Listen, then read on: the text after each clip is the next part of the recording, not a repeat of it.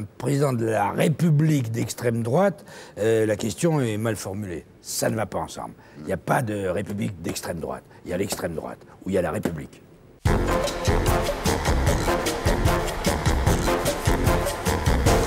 Alors, on va dire la vérité. Guy, j'étais mardi dernier au Trocadéro, chanter la Marseillaise avec mes amis du show business. Oui.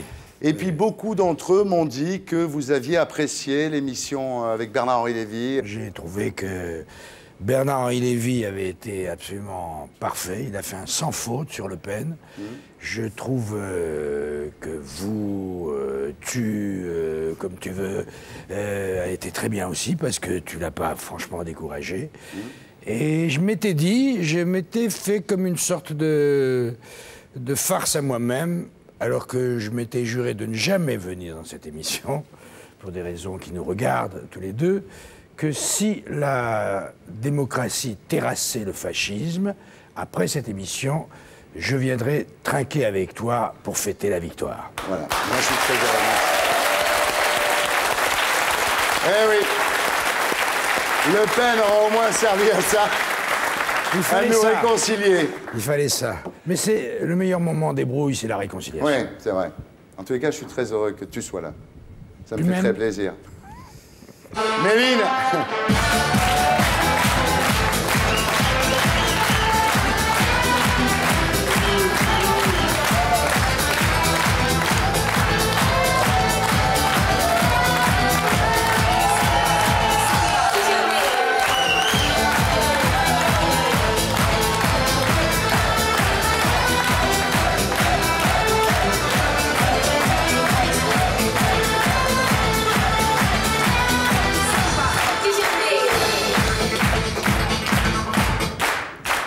Vive la République. Ouais. Alors, ce soir-là, j'avais parlé de Moulinex, de l'usine Moulinex à Bernard-Henri Lévy, parce que j'habite à Argentan, une petite ville de Normandie, qui avait voté massivement pour Le Pen, justement, au premier tour. À force qu'on ne s'occupe pas de la gauche d'en bas quand on est de la gauche d'en haut, voilà ce qui arrive. Il y a des accidents. Et j'ai vu que vous en parliez dans des interviews aussi, donc finalement, c'est peut-être quelque chose qui nous a rapprochés. Oui, oui, oui. Il y a effectivement eu un déficit d'attention, d'intérêt humain pour des gens qui... On était beaucoup trop arrogants, beaucoup trop suffisants, beaucoup trop méprisants dans les allées du pouvoir et parmi les marquis et les marquises roses de la rue de Solferino. Donc... j'ai pas envie de les enfoncer, mais qu'ils se reprennent de grâce.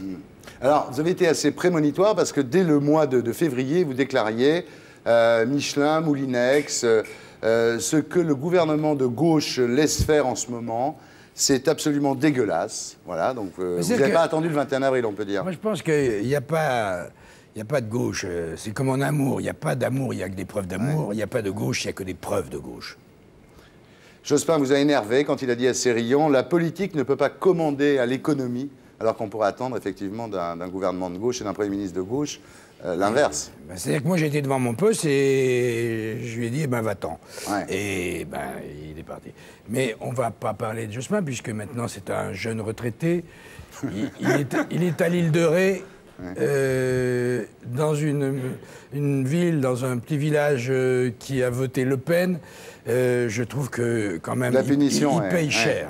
Il paye cher. En fait, moi, j'ai passé mon temps à critiquer Jospin, mais en même temps, je voulais aider Jospin. C'est pas en...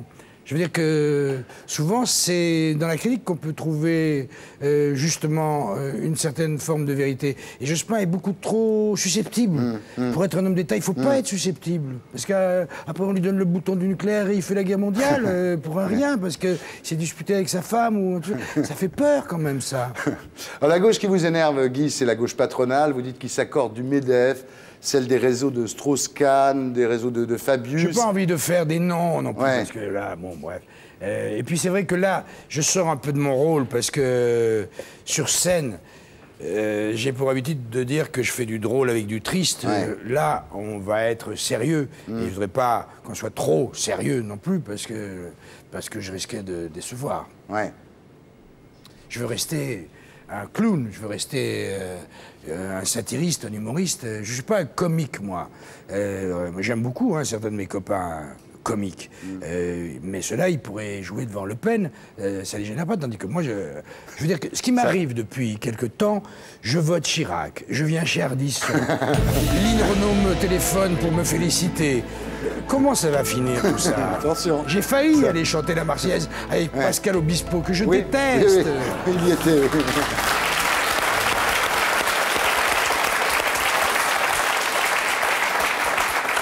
Alors, c'est quand même, je disais prémonitoire, parce que toujours en février, vous disiez quand même, il y a une sorte de résistance qui est en train de s'organiser contre les appareils, contre la politique officielle. C'est-à-dire que mon spectacle marche très bien, il a marché à Paris, il marche très bien en province. J'ai rencontré énormément de militants du Parti Socialiste qui étaient prêts à déchirer leurs cartes, et même d'élus régionaux qui ne comprenaient pas comment ils n'arrivaient pas à faire monter leurs paroles vers le haut. Ouais. Et ça, c'est vrai pour le Parti communiste aussi. Je veux dire que le Parti communiste, d'ailleurs, il y a plein de... Je veux dire, il y a des ouvriers qui ont fait carrément le passage direct du PC au FN. Ouais. Ils commencent par chanter l'Internationale et ils finissent en levant le bras. J'ai joué Hitler, moi. Oui, Arturo Oui, de Brecht. Oui. Ouais. Et j'ai eu la curiosité de ressortir le texte que je n'ai pas joué depuis quelques années. Le Pen, dans tous ses appels aux petits, aux sans grade, etc. C'est exactement mon texte dans Arturo Oui qui était en quelque sorte le clone d'Hitler. Je veux dire qu'on sait d'où ça vient. Et moi, ma valise était prête. Et je ne dis même pas la destination parce que j'attends les législatives. Je ne sais pas comment ça va se passer. Vous dites quand même, c'est triste à dire, mais le meilleur, c'est Le Pen, en termes de bête politique, en termes de spectacle. Il a plus de talent, oui, c'est vrai. Ouais. Je veux dire, oui, mais Mussolini et Hitler n'étaient pas mauvais non plus. Ouais. Et Fidel Castro, très bien aussi. Je veux dire que les dictateurs sont très bons, mais le talent ne dit pas tout. Et vous dites que ça ne les a pas empêchés d'être de terrifiants serial killers. Ben oui, oui. On sait... L'extrême droite, c'est l'extrême droite, partout. Je veux dire, on n'a même pas besoin de remonter jusqu'à Hitler. Les colonels grecs, Pinochet, Videla, plus près de nous. Bon, ben voilà, les opposants, on venait les chercher, on les emmenait dans des stades ou dans des caves, et on leur arrachait les ongles. Je veux dire que c'est pas... On a eu chaud quand même. Ouais. Vous êtes un homme contre. Oui, je suis plus souvent contre que pour. Ouais. J'aime mieux dire non que oui, c'est vrai. Parce que vous êtes construit contre votre famille, c'est pour ça? Ben ça y est, il commence à faire le psy. Non, c'est pas le psy, attendez, c'est pas... Non, c'est vrai, vous vous êtes construit contre votre famille, contre votre beau-père, contre votre milieu, contre l'Algérie coloniale des années 40. Oui. Ouais. C'est pour ça que je suis énervé un petit peu quand je vois des gens, des petits maîtres, style Taguieff et autres, qui veulent nous dire que l'antiracisme, c'est un peu mode, etc. Pour moi, c'est ce qui a fondé mes convictions. J'ai vu trop de choses se passer en Afrique du Nord pendant 15 ans. Vous dites un truc terrible, pardon, mais vous dites que donc, votre beau-père avait une scierie, et vous dites qu'un jour, vous voyez un ouvrier se couper 4 doigts donc, dans cette scierie. Et le beau-père ne réagit pas, personne ne porte secours à cet ouvrier. En plus, il se fait engueuler pour nettoyer l'établi. Oui, parce qu'il avait un peu cochonné, oui. Ben oui, c'est ça, dans les yeux d'un gosse, ça reste. Ouais. Et j'ai eu des trucs comme ça. Alors, je dis pas que tous les pieds noirs étaient d'affreux colonialistes et d'affreux... Il y a eu une deuxième injustice qui a été faite après. En 62, oui. Oui, pour des gens qui s'entendaient très bien avec les Arabes, avec les Juifs et qui auraient pu rester. D'ailleurs, même certains Algériens disent que la colonisation n'était pas bien, mais que l'indépendance, surtout comme elle est vécue là aujourd'hui, c'était pas terrible non plus. Ouais. Donc il y avait peut-être une voie médiane. Sans doute. Ça nous amènerait d'ailleurs à Michel Rocard. Rocard, par exemple. Ouais. Rocard, est-ce que Sucé s'est trompé? Il a quand même fait la paix en Nouvelle-Calédonie. Ouais. Peut-être qu'il y avait quelque chose comme ça. Peut-être que certains Français auraient pu rester. Peut-être qu'on aurait pu faire... Parce que Ferhat Abbas, oui, relayé par Camus, au début, il ne voulait pas faire la révolution. Il demandait simplement à ce qu'on ne regarde pas les Algériens comme des sous-hommes. Il demandait un droit de vote. Il demandait des choses qui relèvent simplement de la dignité humaine. Alors, depuis le 9 mai, Guy, vous êtes remonté sur scène. Oui. Vous avez du tout changé de votre spectacle après ce qui s'est passé le 21 avril. Ah, mais voilà, on ne pense pas à moi. Voilà, c'est sûr, je pense. C'est parce que moi, je trouve que vraiment le résultat le plus terrible de tout ça, c'est qu'il a fallu que je me mette à marner et à voir comment je pouvais rapetasser ce spectacle et remettre de l'actualité dans quelque chose qui est d'actualité. Ouais. Eh bien, c'est pas mal, je crois. Ça va? Oui, ça va. Votre fils vous a aidé? Il m'a aidé, oui. Ouais. Il m'a aidé. Nicolas? Nicolas, 22 ans. Ouais. Nicolas, je suis un fan. Ouais. Non, mais c'est vrai. Il y a une relation entre nous qui est celle d'un père et d'un fils. Mais il m'a aidé pour ce spectacle. On a écrit beaucoup de choses. On tricote nos textes ensemble. Je rajoute à des trucs qu'il a fait. Il rajoute à des trucs que j'ai fait. Et c'est magnifique comme histoire. Ouais. Alors, votre spectacle, il n'y a pas de sketch comme il y avait au début. Hein. C'est du stand-up, c'est-à-dire que vous êtes l'inventeur. Voilà, vous êtes l'inventeur. C'est Jamel qui m'a appris ça. Ouais. J'apprends l'américain avec les Arabes. Jamel vous a dit que vous faisiez du stand-up, c'est-à-dire il n'y a pas de sketch, c'est une suite de réflexions. Oui, je parle comme à la première personne d'une certaine manière. Ouais. Et non, mais parce que j'en ai marre. La galerie de portraits, j'ai fait ça pendant un demi-siècle ou presque. Bon, ben voilà. J'ai, je crois, maintenant, je me suis aperçu, quand j'ai publié un bouquin il y a longtemps, en 75, qui s'appelait « Je craque », je me suis aperçu que j'avais pas besoin de me cacher derrière des masques et prendre des accents, pieds noirs, Monsieur Ramirez, etc., etc.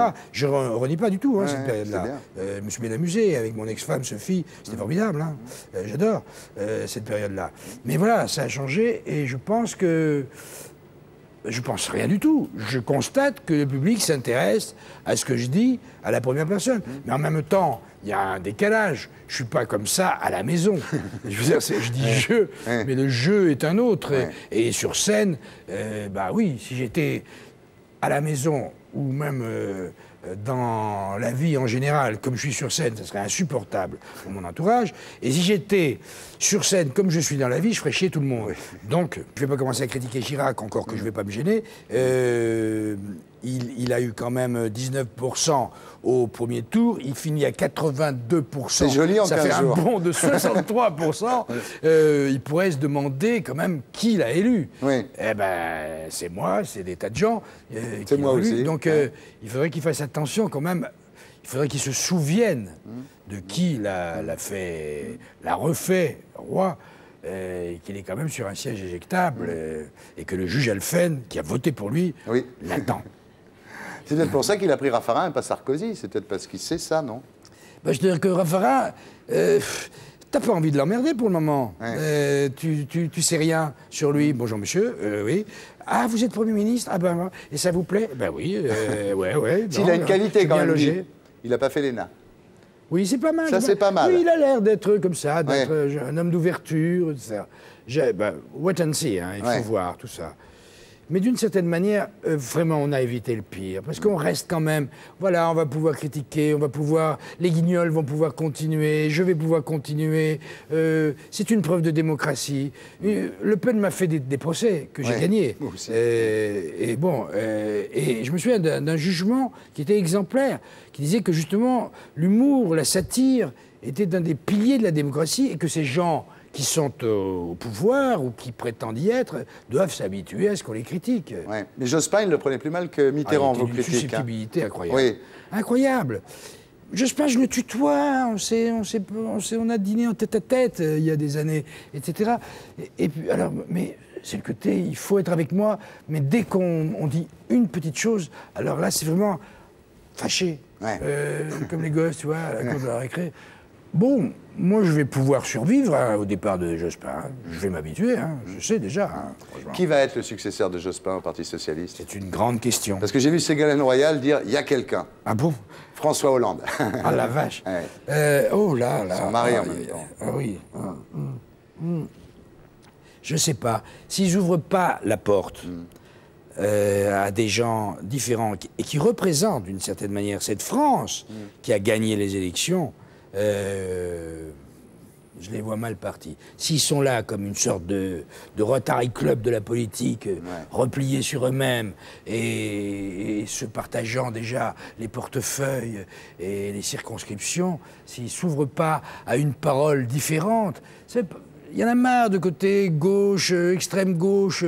Laguiller, par exemple, moi, si Laguiller passait, même chose, je me barre, parce que j'ai pas envie de vivre sous Laguiller non plus. Mais elle avait 2-3 choses, notamment sur l'économie, à savoir que Michelin, Moulinex, qui annoncent des bénéfices himalayesques, et dans le même temps des licenciements massifs, ne devraient pas avoir le droit de licencier et d'envoyer des gens au désespoir. Une entreprise qui fait des bénéfices n'a pas le droit de licencier. Bah, par exemple, moi j'achète ça. Et quand il licencie, ça fait monter le cours de bourse, c'est ça le problème. Ben oui, c'est ce qui s'est passé. Un des derniers trucs qui m'a rendu blême, c'est ce qui s'est passé à Toulouse. L'explosion de l'usine AZF de Toulouse, c'est vraiment le symbole absolu du marché contre l'homme, contre l'être humain. C'est-à-dire qu'il y a eu 200 morts. Pourquoi il y avait cette usine au milieu de la ville? Pourquoi? Et ils faisaient ça pour faire des engrais avec du gaz moutarde qu'on utilisait pendant la guerre de 14. Je ne savais même pas que ça existait encore. Oui. Boum, 200 morts, 6000 blessés, parce qu'on a minoré beaucoup les blessés. 6000 blessés. J'ai rencontré la fille qui s'est retrouvée sous un tas de gravats. Elle ne savait pas qu'elle est une enseignante, sympathique et tout ça, mais elle ne savait pas qu'elle allait être présidente de l'association Vivre après l'AZF. Elle n'avait pas demandé. Son meilleur ami, je ne sais pas si c'est ton Jules ou quoi, est mort dans l'histoire. Et maintenant, elle se débat, elle se balade dans une petite voiture ou sur des béquilles, tout ça. Et ils se battent, tous ces gens-là. Ils n'ont pas voté tellement à gauche, alors que Toulouse, c'est connu pour les présidentielles, vote à gauche. Le Pen a fait un score qu'il n'avait jamais fait à Toulouse. Pourquoi? Parce qu'ils se sont totalement largués. Ils sont obligés de se battre contre M. Thierry Desmarais, que j'avais appelé longtemps des marées noires, le mec qui avait déjà gerbé du goudron dans les eaux bretonnes. Là, il fait exploser une usine. La première chose qu'il a dit, tout paraît-il, quand il est arrivé chez les autorités, c'est quand est-ce qu'on peut réouvrir. Et les gens étaient encore les mains dans les gravats et dans le sang. Je veux dire que c'est des maboules, ces gens-là. Et s'il n'y a pas eu 89, c'est que franchement, les gens sont fatigués, hein, parce qu'il y a vraiment, je sens une espèce de période pré-insurrectionnelle. Là, il ne faut pas qu'on les nique, les gens, hein, parce que franchement, il y en a marre. Il y en a vraiment marre. Vous savez que vous êtes dans une émission où on fait l'interview nulle, Guy. Ah oui. Oui, je crains qu'elle ne soit très nulle, d'ailleurs.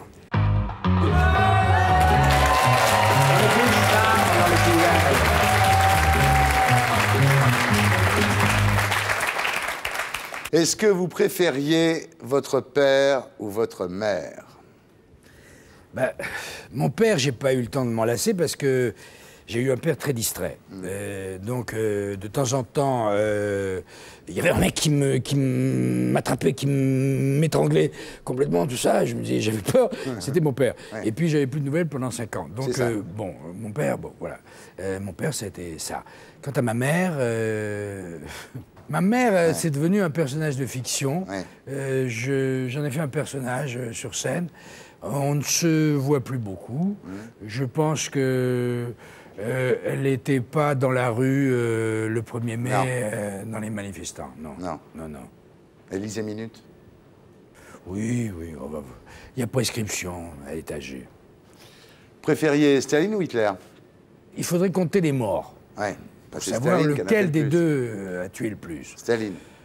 Je refuse de me prononcer. Je préfère Gorbatchev, qui a été épatant. Et c'est une des plus grandes injustices de l'histoire que Gorbatchev n'ait pas réussi à faire ce qu'il voulait, la perestroïka, et qu'on ait mis ce soulard d'Helsinki. Et maintenant, cet extraordinaire serial killer qui est Poutine. Il me fait peur, lui. Quand j'ai vu le camp du bien avec Bush, le champion de la peine de mort, Poutine, le tueur de Tchétchènes, et Jiang Zemin, l'homme de la place Tiananmen, le camp du bien.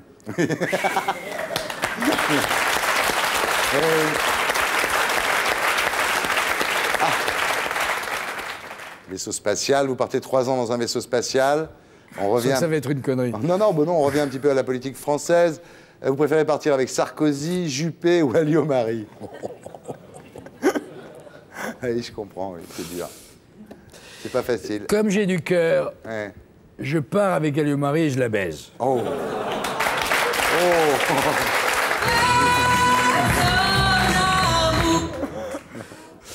Alors, si vous aviez le choix, vous préfériez faire l'amour avec une fille moche, très moche, ou un mec très beau? Oh, bah, tu sais, depuis que je vote Chirac, que je viens chez toi, etc., peut-être Tout que je est vais finir par possible. me faire enculer, hein, vraiment. Tout est possible. C'est le 21e siècle. Une question qui vous concerne. À qui accordez-vous le plus de circonstances atténuantes? À un vieux qui se tape des petites ou à un jeune qui tape sur des vieilles? Il y a des vieilles qui sont énervantes.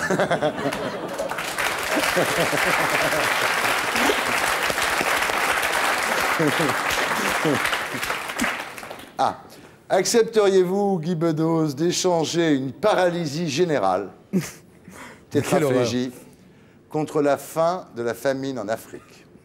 Non. Quoi, non? Si j'avais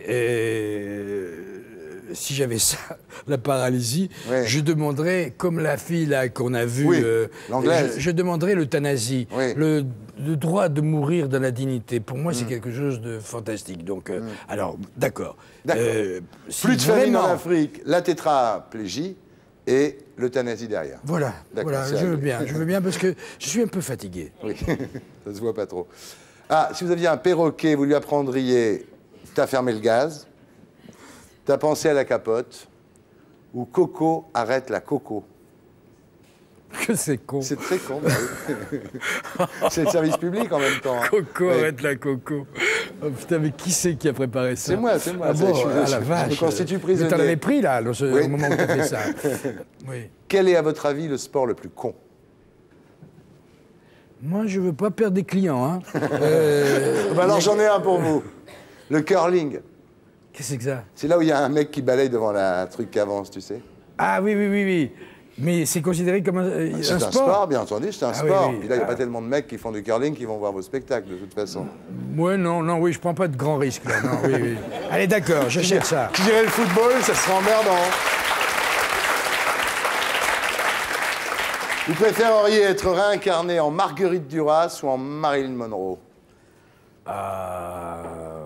Je crois, là, au point où on en est en Marilyn Monroe, parce que j'ai beaucoup de sympathie pour Arthur Miller, Oui. que j'ai eu la chance de rencontrer. J'ai même adapté une de ses pièces. Et avoir une histoire d'amour totalement virtuelle avec Arthur Miller et d'énormes nibards. Oui. Ça J'ai s'aggrave. j'ai une légère érection, là, rien que d'y penser. Vous préférez un président de la République d'extrême droite élu au suffrage universel ou pas d'élection du tout? Un président de la République d'extrême droite, la question est mal formulée. Ça ne va pas ensemble. Il n'y a pas de République d'extrême droite. Il y a l'extrême droite, où il y a la République. Et pour être sûr de ne rien rater de Inarditube, abonnez-vous et mettez un pouce bleu.